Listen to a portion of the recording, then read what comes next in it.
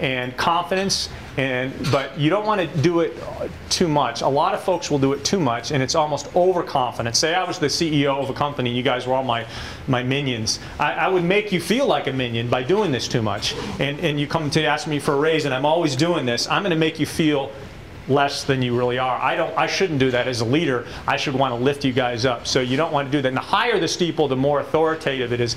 The lower the steeple, it's a little bit dialed down, so that maybe is a little more acceptable, but you still don't want to do it that much. What's a better one is called the basketball. Actually, it's interesting.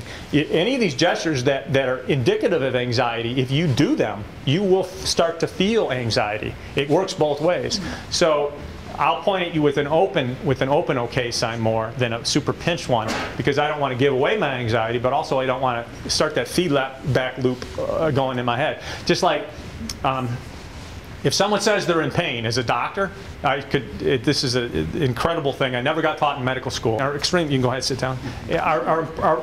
Where you point your body is extremely important. If you walk into a restaurant and say there's 3 couples and they're all double dating, or they just met there, you can look underneath the table and tell who's attracted to who by where their feet are pointing. Wow. Even though they might have wedding rings on. And the person that they're pointing to maybe not be their spouse, but you can tell who. Now that doesn't mean they're going to act on it, but you can tell who they're attracted to.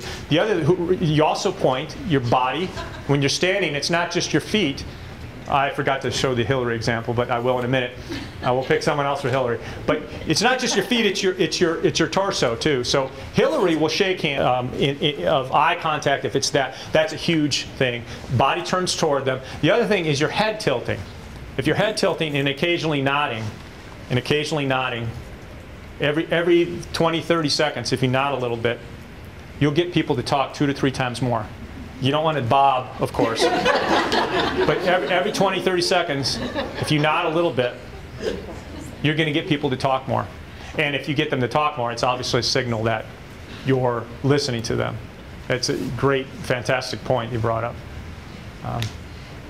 You had mentioned earlier about some of the body language of people that are looking at property. And you really talked about this one. Oh, yeah. If